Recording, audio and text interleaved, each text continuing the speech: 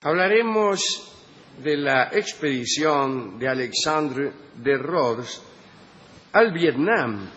¡Caramba! Alexandre de Rhodes nació el 15 de marzo de 1591 en Avignon. El lugar era, desde el reinado del Papa Clemente VI, una ciudad que recibía a los hebreos, y la familia de Alexandre era de origen judío. Venían de Calatayud, de donde habían tenido que huir cuando un siglo antes se había decretado la expulsión de los hebreos en España. Durante algún tiempo la familia mantuvo sus creencias, las mantuvo desde luego en secreto, es decir, eran marranos, estigma con los que se nombraba a los judíos que, a causa de las persecuciones, habían tenido que convertirse. Así, Alexandre entró en la orden de los jesuitas y después de sus estudios decidió marchar a Roma. Entre los jesuitas de Roma, Alexandre se alineó entre los llamados Indipetae, es decir, los que viven a la espera de pasar a Indias. Rhodes quería misionar en el extremo oriente. Bueno, años más tarde le llegó esa posibilidad. En 1622 se embarcó desde Portugal hacia el Japón. Luego de un viaje terrible, Alexandre llegó a la isla. Había atravesado tempestades, hambre, peste, una porquería. Cuando puso un pie en las costas japonesas, puso pronto el otro. Sí, tuvo que volver a embarcar.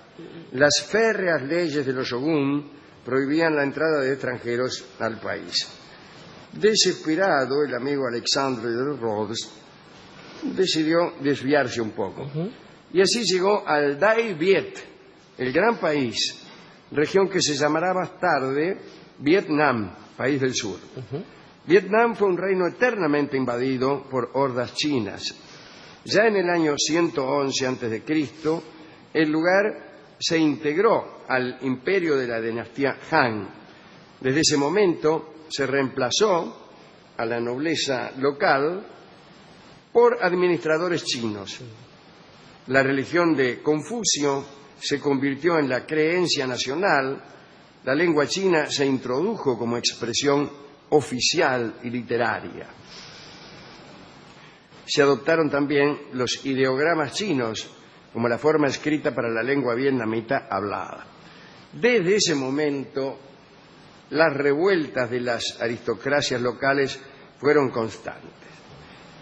Allá por el año 939, las tropas vietnamitas derrotaron a los chinos y declararon un estado independiente gobernado por distintas dinastías. La primera fue la dinastía Li. Hay que decir que se mantuvieron muchas de las instituciones chinas, entre las cuales figuraba el famoso sistema de examen del servicio civil para seleccionar a los funcionarios del gobierno, ¿no? La sociedad vietnamita era un reflejo de la sociedad china. Siglos más tarde, cuando el imperio mongol alcanzó el poder en China, los ejércitos de Kublai Khan atacaron Vietnam en un intento de volver a integrar a la región al imperio chino. Pero los mongoles no pudieron entrar y fueron derrotados. En 1428, Lý Lôi alcanzó el trono como primer emperador de la dinastía Le, luego de derrotar el último intento de los chinos de ocupar Vietnam. Cuando Alexandre de Rhodes llegó a Vietnam, en el siglo XVII, había dos clanes aristocráticos que ejercían el poder. El país estaba dividido, fíjese, y en guerra. La Cochinchina, con Hue, su capital, y Tonkin, con Hanoi, nada menos, como su ciudad más importante.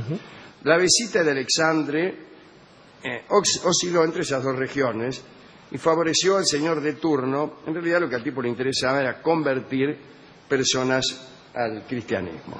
Alexandre de Rhodes era un hombre alto, de rostro alargado, con grandes ojos salientes, con una gran nariz recta y larga barba negra. La verdad es que esa región, igual que Japón, era bastante hostil a los extranjeros. Pero también sabían que la única manera de hacerse fuerte frente al poderío chino era apoyándose en algunas potencias extranjeras. Así, Alexandre de Rhodes pudo desembarcar en la Cochinchina de la mano de comerciantes portugueses que compraban de todo en Oriente. Allí se encontró con lo que llamó una cultura frágil. Se hablaba una lengua derivada del chino que utilizaba caracteres simplificados que se llamaba Nom. En todos lados se practicaba una religión que mezclaba elementos del confucianismo y del taoísmo con el budismo. Alexandre aseguró que pronto admitirían una inspiración venida de afuera, es decir, el cristianismo. Algunos jesuitas ya habían intentado algo, como Gaspar de la Cruz, pero la ignorancia de la lengua impidió todo contacto. La mayoría de la gente contemplaba con miedo a los que no hablaban su idioma. Rhodes, en cambio, tuvo una asombrosa habilidad para hablar una lengua considerada incomunicable a los europeos. Cuando escuchó por primera vez hablar a los vietnamitas, Rhodes creyó oír a los pájaros. Le encantó aquel idioma. 6 meses después, predicaba en la lengua de la Cochinchina. En 3 semanas, un muchacho del país, tan dotado que comprendía casi al instante todo lo que el misionero quería decir, le enseñó los diferentes tonos, las intensidades y los volúmenes de la pronunciación de aquel dialecto. Rhodes fue autor del primer glosario franco-vietnamita y de la primera gramática de esa lengua. En Cochinchina reinaba Sai Wong. Pronto Alexandre convirtió a la prima del rey, la llamó María Magdalena, no se sabe en qué la convirtió. La muchacha desplegó un proselitismo tan ardiente que suscitó reacciones, ¿no? Al rey no le importaba nada porque estaba preocupado por la prosperidad del reino y todo el tráfico de los portugueses bien valía algunas misas. Pero un día la flotilla de comerciantes portugueses siguió de largo y no paró en el reino de Sai Wong.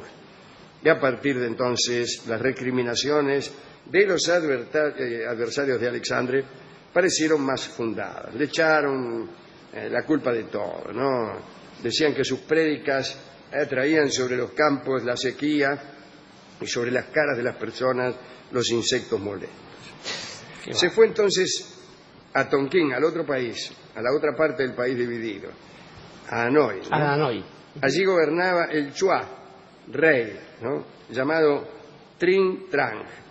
Bueno, una muchedumbre de curiosos se agolpaban muelles, impaciente por ver al navío. Alexandre aprovechó la ocasión para arengar a los mirones y desde lo alto lanzó inmediatamente un sermón. Chao. Al final se hicieron amigos con el rey. Alexandre pudo construirse una casa cerca del Palacio Real y pronto personajes del más alto rango se convirtieron al cristianismo, empezando por la hermana del rey, no una prima, la hermana, que fue bautizada con el nombre de Catalina y arrastró varios novios que tenía y también los convirtió al cristianismo. Y en particular a su madre, que no era su novio, pero era su madre. Catalina era poetisa, predicaba en verso y escribió en verso toda la historia del catecismo, desde la creación, la venida, la vida, la pasión, la resurrección y la ascensión del Cristo, en vietnamita y en verso. Bueno, Rhodes utilizaba otras armas. Él sabía que a los vietnamitas les gustaban los espectáculos, multiplicó las manifestaciones, juegos, cantos, danzas, sainetes. Lo hizo también que a los 2 meses había bautizado 3.500. Pero los convertidos eran demasiado religiosos, ¿vio cómo es? Algunos atravesaban selvas durante 15 días, nada más que para confesarse. Y también llegaron las reacciones. Las concubinas reales, asustadas ante la idea de que su señor se hiciese cristiano y monógamo, imagínate, provocaron una revolución. Se aliaron con la guardia para persuadir al rey de que los misioneros se carteaban en secreto con sus enemigos de la Cochinchina. Sí, señor. Y al final las mujeres convencieron al rey Trin Trang de que el jesuita era un brujo cuyo aliento podía matar. El rey ya no lo llamó para conversar Quedó en un gran descrédito este hombre, ni siquiera la predicción de un eclipse de luna sirvió, y al fin el rey promovió un edicto. Prohibimos bajo pena de muerte a nuestros súbditos que concurran al encuentro de bonzos extranjeros o que abracen la ley que predican. Lo echaron. Sí. Lo echaron. Lo echaron en una nave, pero era bravo, ¿eh? La misma nave que lo llevaba al exilio fue convertida por él, convirtió a todos los tripulantes. Era convincente. Lo quiero en mi equipo. Bueno, y se fue. Se fue y nunca más volvió a ver el Vietnam. Murió en 1670, a la edad de 79 años, y predicando el cristianismo quizá en el lugar más difícil de todos, Isfahan, claro, una ciudad del Irán, durante mucho tiempo sede del domicilio del Shah y capital del Estado. Claro. Ahí sí era difícil. Este era nuestro amigo Alexandre de Rhodes. Es una historia muy impresionante, Alejandro, por varias cosas. En principio, hemos hablado muchas veces aquí de la Compañía de Jesús y esta misión de ser los ojos y el cerebro de Dios sobre la tierra. De modo que ahí donde había un fenómeno raro, esto es, desde Oriente hasta el marxismo o el psicoanálisis, siempre hay un jesuita. Y son los encargados de combatir al demonio, los únicos que la Santa Madre Iglesia acepta para enfrentarse al malo. Pero tienen un fin que es el que les complica la vida. El lema de la Compañía de Jesús es Ad Maiorem Dei Gloriam. El objetivo tiene que ser solo para mayor gloria de Dios. Ahí donde te desvías y querés, por ejemplo, que los indios sean independientes, fuiste. Y entonces siempre algunos los arruinan. Pero lo que me impresiona más, Alejandro, es este hallazgo para mí de que Vietnam siempre estuvo dividido finalmente. Claro, sí. A diferencia de otros reinos, el único reino que nunca ha conquistado es Tailandia, ¿sí? Pero bueno, y además que la división coincida con lo que será la ocupación francesa después, Cochinchina, y claro, que siempre el sector reivindicador de lo nacional haya sido el norte, es decir, Hanoi, por oposición a Saigón. Pero pensaba en otra cosa también, y es que a la hora de lograr algo, y supongo que esto vale no solo para las naciones, vale también para cualquier tipo de operación de apropiación, hace falta un traductor. Pensemos en Cortés, ¿no? Cortés y la Malinche, Marina. Claro, de ahí provienen todos. La mitad de las desgracias de México colonial provienen de unas malas traducciones. Exactamente, aquello de traductores, traditores, o como dicen algunos, las traducciones si son bellas son como las pelirrojas, si son bellas no son fieles y si son fieles, etcétera. Pero estaba viendo que en este caso es curioso que los conversos sean los adversarios de la vieja fe.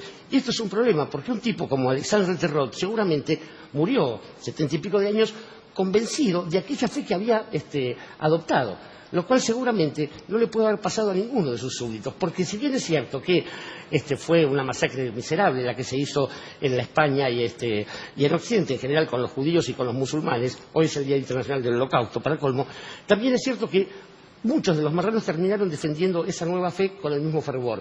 Me pregunto qué le habrá pasado a los conversos que de golpe se encontraron siendo delincuentes. Claro. Que no solo no podían creer en esa fe, sino ni siquiera poder manifestar públicamente alguna disidencia. Porque lo peor que a uno le puede pasar es desdecirse justamente y, habiendo sido otra cosa toda la vida, terminar, como le pasó a algunos que no eran conversos, habiendo alardeado de tanto ateísmo, este tipo de cosas, que terminen justo en el momento culminante del cariño, ahí donde llega la de la guadaña, suplicando a la cruz. Y suplicando a la cruz se llama esta bella canción que escucharemos en la versión de Don Edmundo Rivero.